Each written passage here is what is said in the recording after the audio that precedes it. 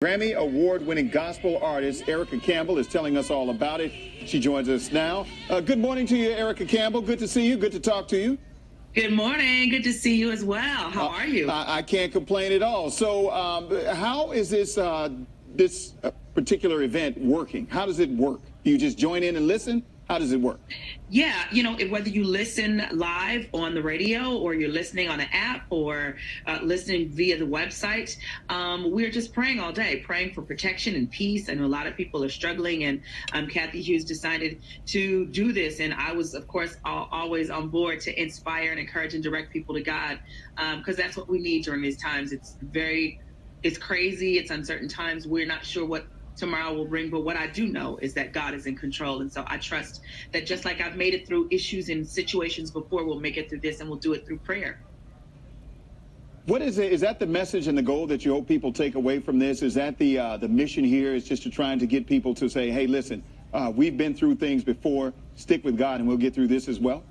Absolutely. And we've got some of the biggest names in gospel and, people just literally in the world who are calling to pray with us, just to encourage people's heart. Because sometimes people don't know what to say. They're not sure what language to use. What do I pray about? Do I just pray for me and my family? But we have been praying for everybody, for the frontline workers, for the family, for those who are in the hospital, for those that are already lost due to this disease, people who have lost their jobs, so much tragedy going on. And so we just want to give people a little peace and blessings and love and let them know that there's someone that's thinking about them. Right. All right. So as far as your morning show, like here at the station, we're doing some social distancing. I'm the only one in Studio B right now. Are you working from home as well in regards to your show? I am. I'm working from home. So we are Zooming and FaceTiming and all the usual things that everyone's now adapting to.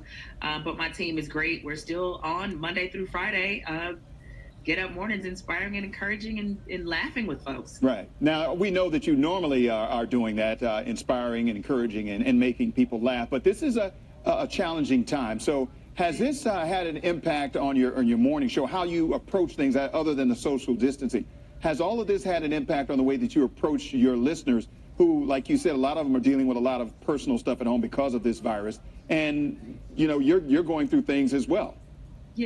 Yeah, absolutely. I mean, I give what I would want to receive.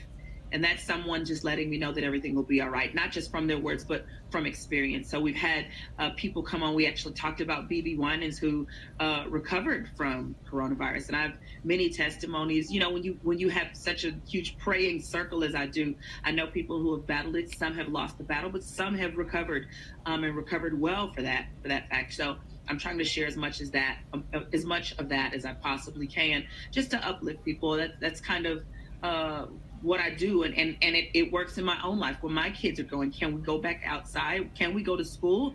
Can I see my cousins? Can I go see my grandmother? And I have to say no, and it's not easy to have those conversations. So we just have to reassure them with love and keep praying and just keep living and trying to make it through this one day at a time. Right. Now, I heard you mention kids, because I have kids at home too. I have 3 of them at home.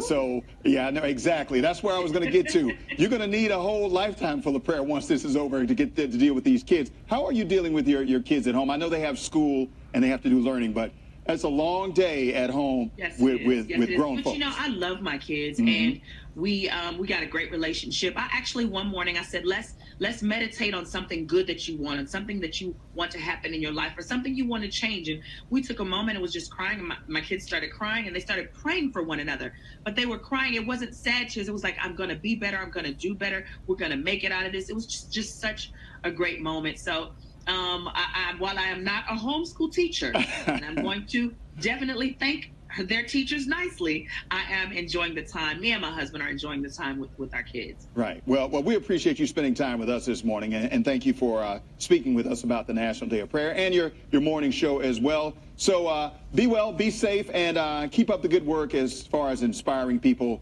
through radio and gospel. So thank you again, and take care of yourself and your family.